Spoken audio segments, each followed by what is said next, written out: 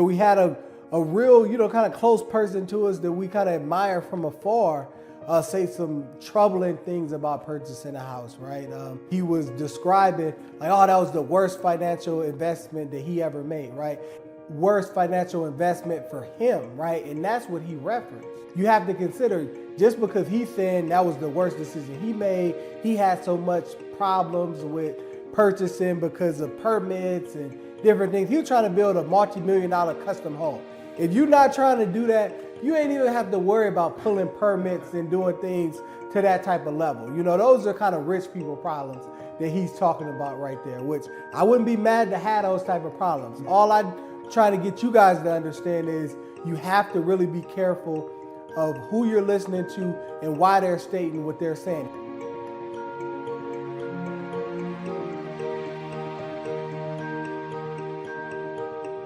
Hello and welcome to the Prepare to Compete podcast, where we talk all things VA benefits, real estate, entrepreneurship, and more.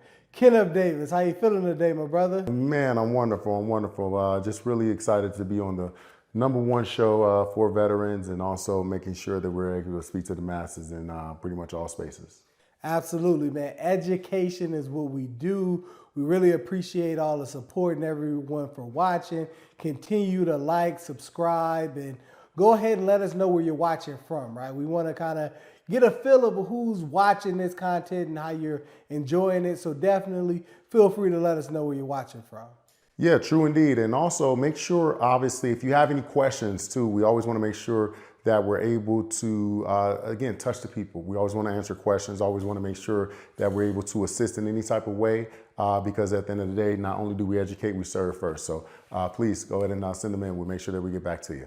Absolutely, absolutely. So today we're getting into that illustrious real estate topic, right? And, there's a lot of individuals online that's spewing all kind of different things, right? And, one of the things we want to get into today is that one of the questions people ask is now a good time to buy a home, right? And, you have certain gurus, Grant Cardone and others that are just saying, no, don't buy a home, right? And we really want to educate our veteran community on really taking advantage of that VA loan and the fact that you can utilize that more than once, and not really being fearful of home ownership, but really educating themselves on the possibility. I think you hit a real key point there.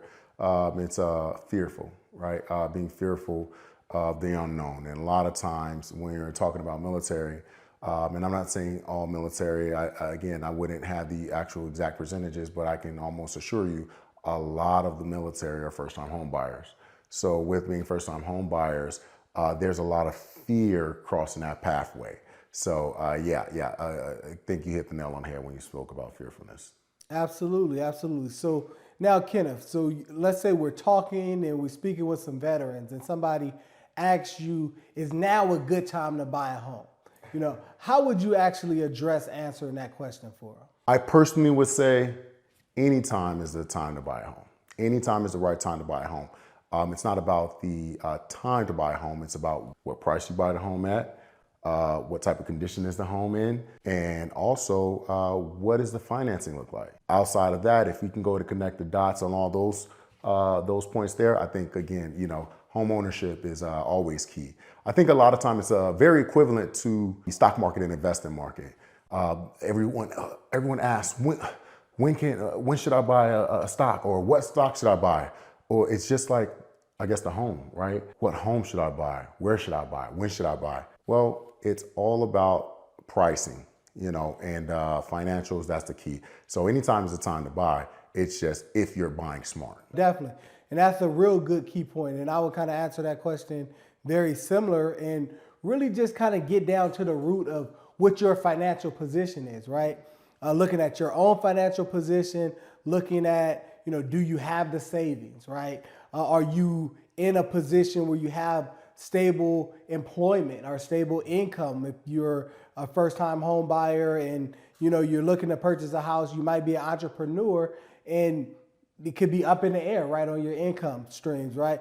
Do you plan on being in that city long term, right? All of those different factors are gonna influence your individual decisions. So when you ask the question of, is it a good time to buy? It's like, I don't know. Is it for you? Right.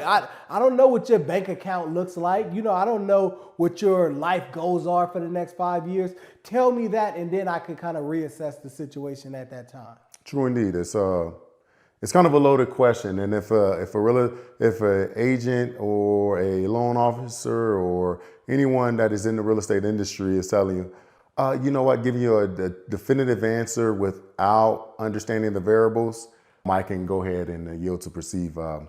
We probably want to kind of steer in a different direction, right? Just because these variables are important, all the way down to what loan product that you're using. Not only that, what type of buyer are you? Are you a first-time home buyer? Are you an investor?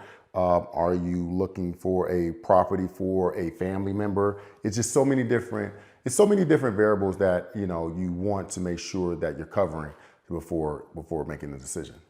Absolutely. No, that's a great point. And just, you're listening to these different gurus, right? And everybody has their own agenda on why they're telling you certain information.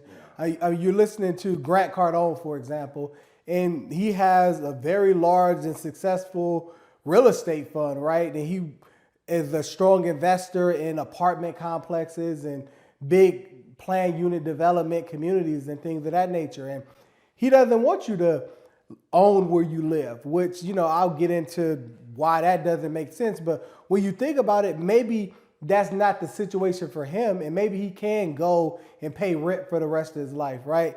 And that's totally fine for him. He's also almost a billionaire, right? So you gotta assess and look at who's giving advice, why they're giving advice, and is your situation the same as theirs, right? Because if he's a multi-millionaire, dude got hundreds of millions of dollars, right? So his life plan on why he's trying to do something and why it's not a good idea in his estimation is going to be a lot different from the reasons why you should or should not at this current time period.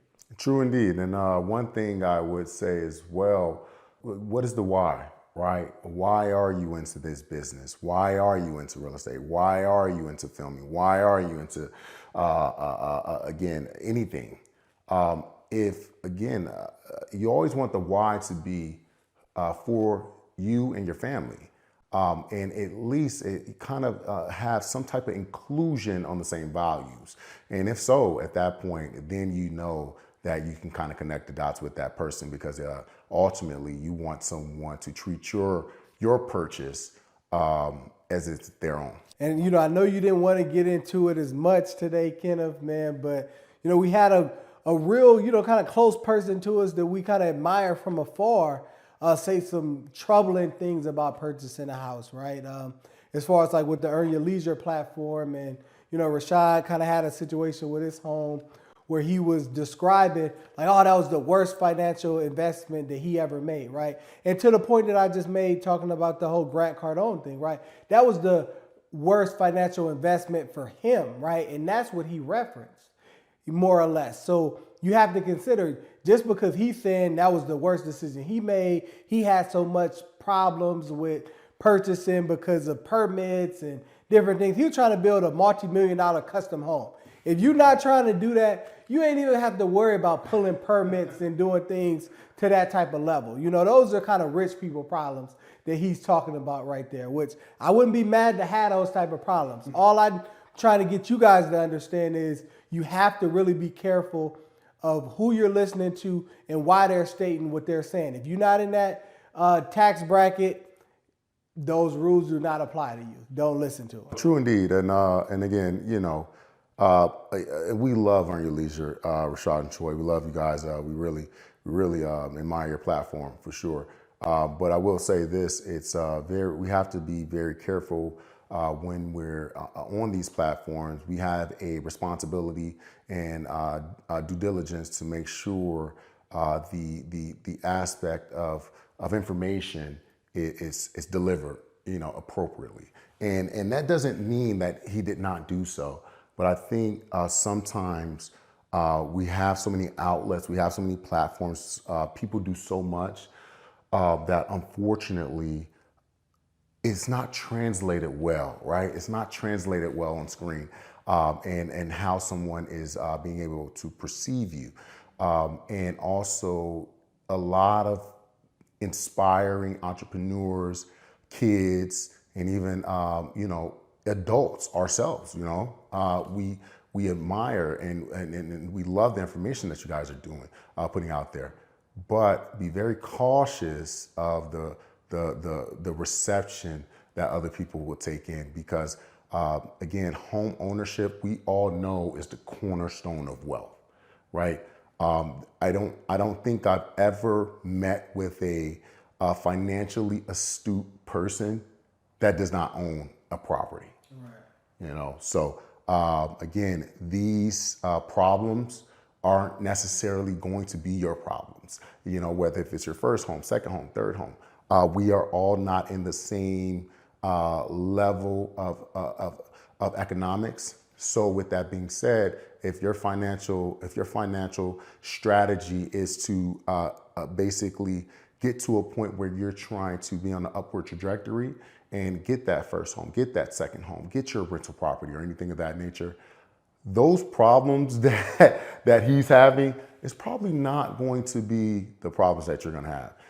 We're more or less, where you're more or less, again, if you're in that position, you're more or less going to be worried about getting a loan approved, right? That's the first thing. Let's get our loan approved first.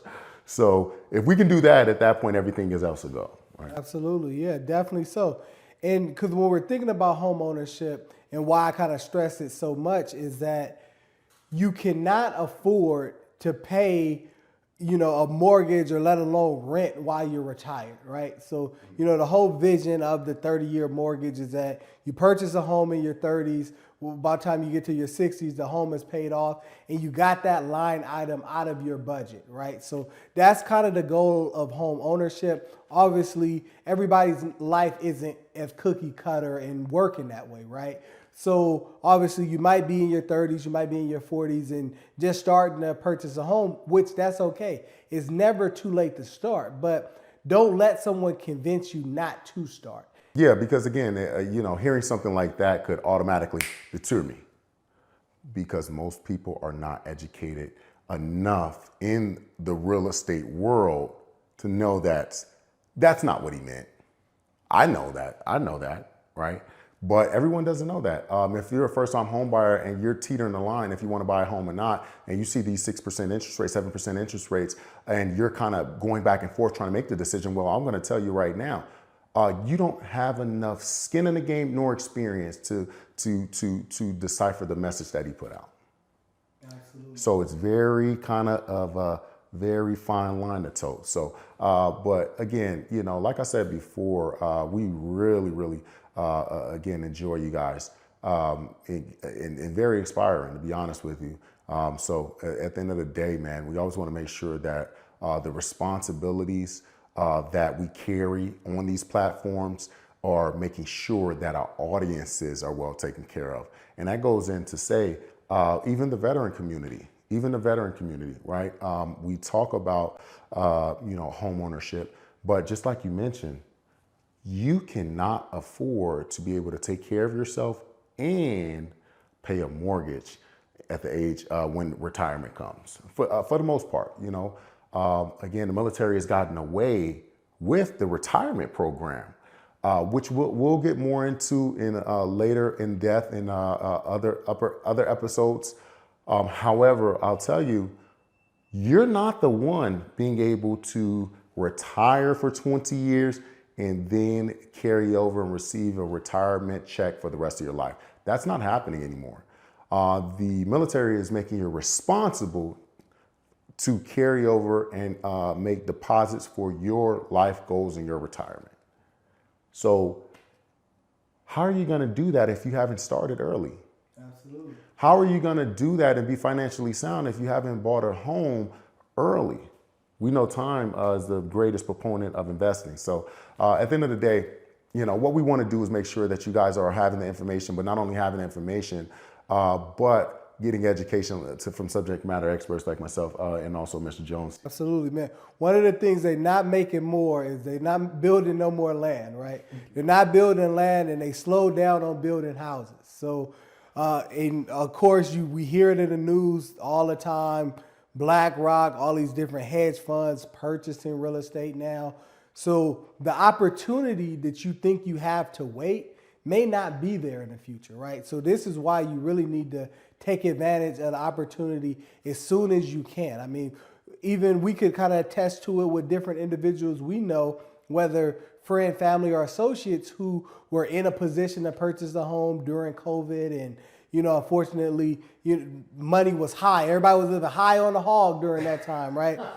And afterwards, companies start getting a little bit more lean, different things like that. They lost their jobs, and now they're no longer in a position to purchase a home, right? And it's like, well, if I was going to lose my job, that's why I didn't want to. That's why I was scared to purchase a home. You have to really think about it. You're going to have to live somewhere anyway, right? And if you own a home, guess what happens when you own a home and you don't pay your mortgage for 1 month? It goes on your credit. That's it. They just ding your credit, right? Ain't nobody knocking at your door month one trying to kick you out of that place. But guess what happens when you are renting my home that I own and you're late on that rent? I'm knocking at your door on day 6, like, hey, where's the rent at, right? When am I going to get that from you, right? And after a while, you're going to be evicted, right? And that process in some states is going to vary, right? California, very relaxed with that. But in Nevada and a lot of other places, and even if California being relaxed, you're still eventually going to get evicted, right? As far as the foreclosure process, and especially for veterans, they're going to try to do whatever they can to keep you in that home. Let's say you have a problem where you lost your job and you were down just for a couple months, right? They'll do a loan modification for you. And those payments that you were behind, they'll put that at the back of the loan. You don't even have to worry about that. It's at the back of the loan. Let's just start fresh. You don't have that opportunity when you're renting a property. You don't have the opportunity to build equity. So these are all the reasons, right, that we're saying buy a home. I'm not just saying that because I'm a realtor. Most of you guys aren't in Las Vegas. You're not going to buy a house from me anyway. So I'm saying this because I really believe in it, and I want to see everyone here listening to this platform be successful.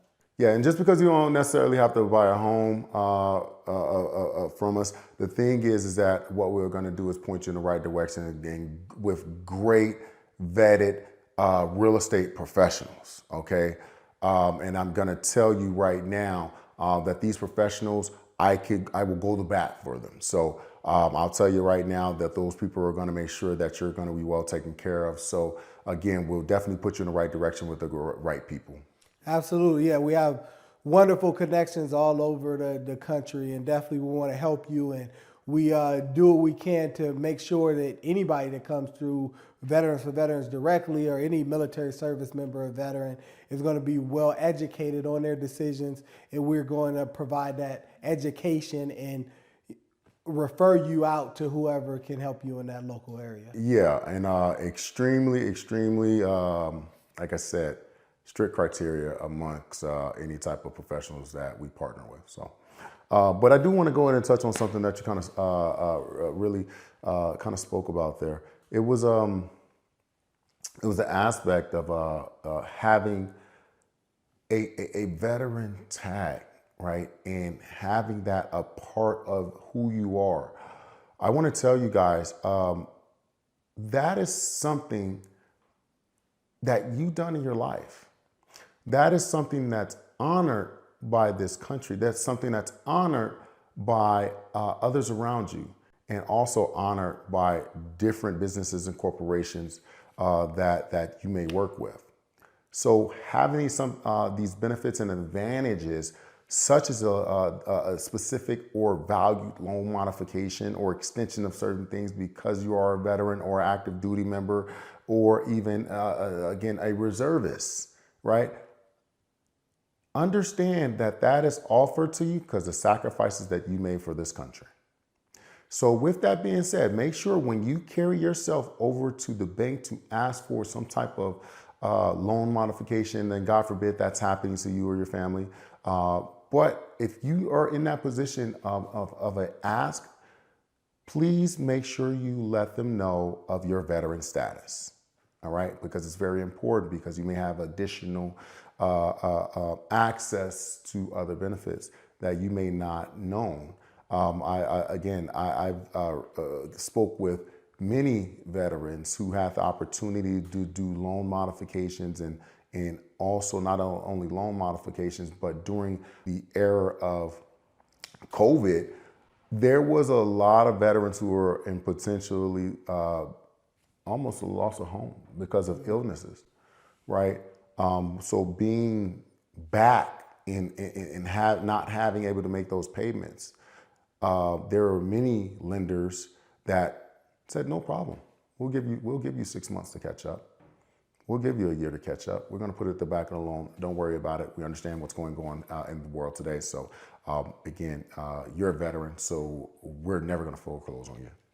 Right. Wow. So when you talk about different benefits like that, make sure you really wear your veteran tag high and stride.